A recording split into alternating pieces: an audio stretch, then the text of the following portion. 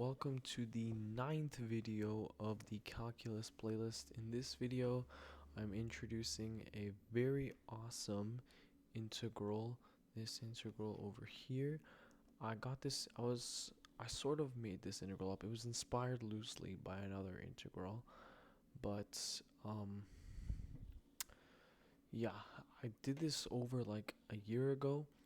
I was super excited because I thought I created like a general formula and that no one else had done it before. Turns out there's something called the beta function.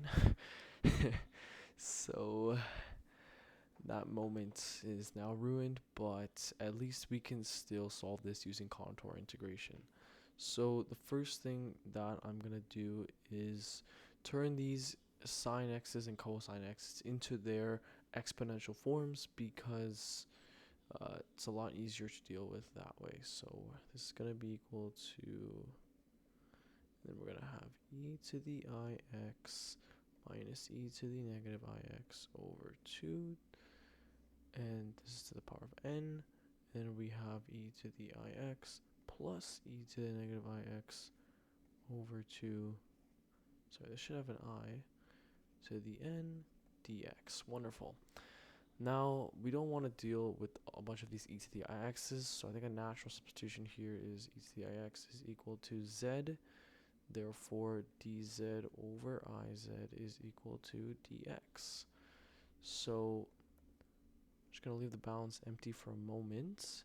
And so we're going to have z, or actually, let's just take a bunch of this non-essential stuff out. So we're going to have 2 to the 2n, right? Because we got a 2n from here and a 2n from there.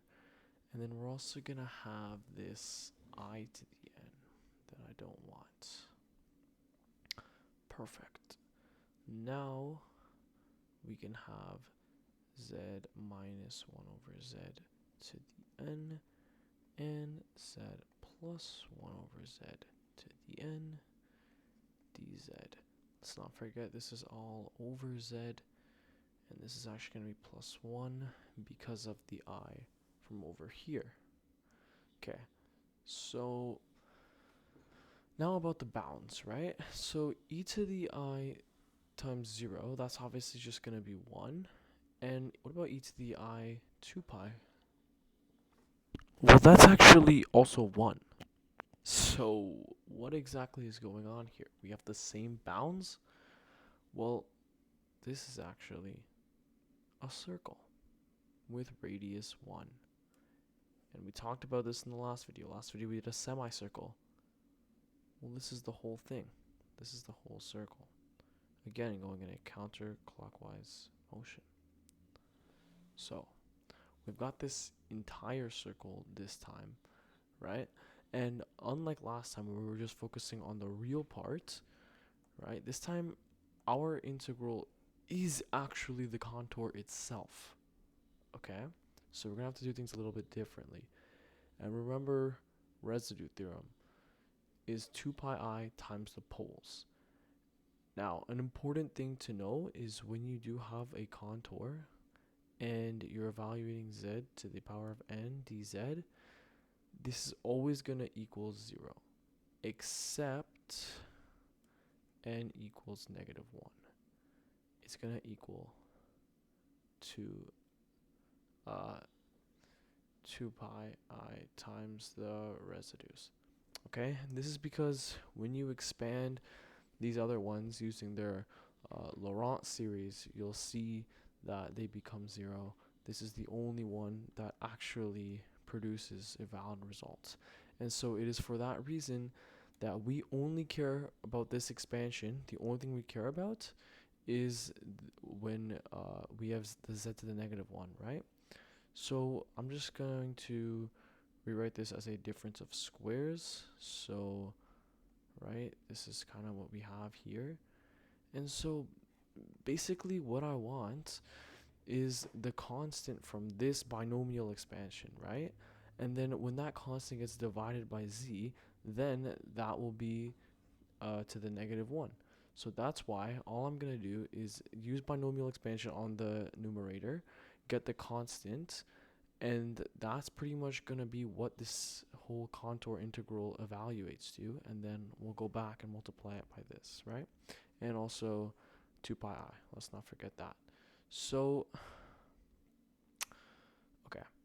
So we know that we're going to have the sum, a binomial expansion is the sum k equals 0 to n. And then we're going to have n choose k. Then we're going to have z to the, or z squared, I guess, to the power of n minus k. And then we're going to have negative z1 over z squared, right, to the power of k. So essentially what we want is for this thing to cancel out with this thing to produce the constant. So that's why, okay, well, first things first, I'm going to take the -1 to the k out, just because I don't want to deal with this negative anymore. And so essentially what we want is n minus k to be equal to k, because if this exponent equals this exponent, then they're going to cancel out. So that means n is going to be equal to 2k, which means that k is going to be equal to n over 2. So plugging this back in, right, this is going to produce 1. So that means that this whole thing over here is actually going to be equal to, so we're going to have 1 over 2 to the 2n, I to the n plus 1. And let's include that 2 pi I that I talked about. And now this contour integral basically is going to be n choose, and it's when k is equal to n over 2. So n choose n over 2. And then -1 to the n over 2. Now, another thing worth mentioning is that n has to be even. Why? Well, because if I put an odd number into this, I'm going to get 0. This is one of the first things you learn when you do trig integrals, is that if you have an odd exponent of sine and an odd exponent of cosine multiplied together, you're going to get 0. So we're only concerned about even values. So this function is going to produce values for the odd ends. However, we're going to discard that because it's not actually like supposed to work in those scenarios. And you'll see why. It has to do with this little I over here. So we're concerned only with the real parts, which is sort of why in the end it will discard all of the odd ones and it'll make them 0, because the real part will be 0, because the whole thing will be imaginary anyway. So now that we have this, right, so this is going to sort of cancel out like that. We can make this a -1 like that.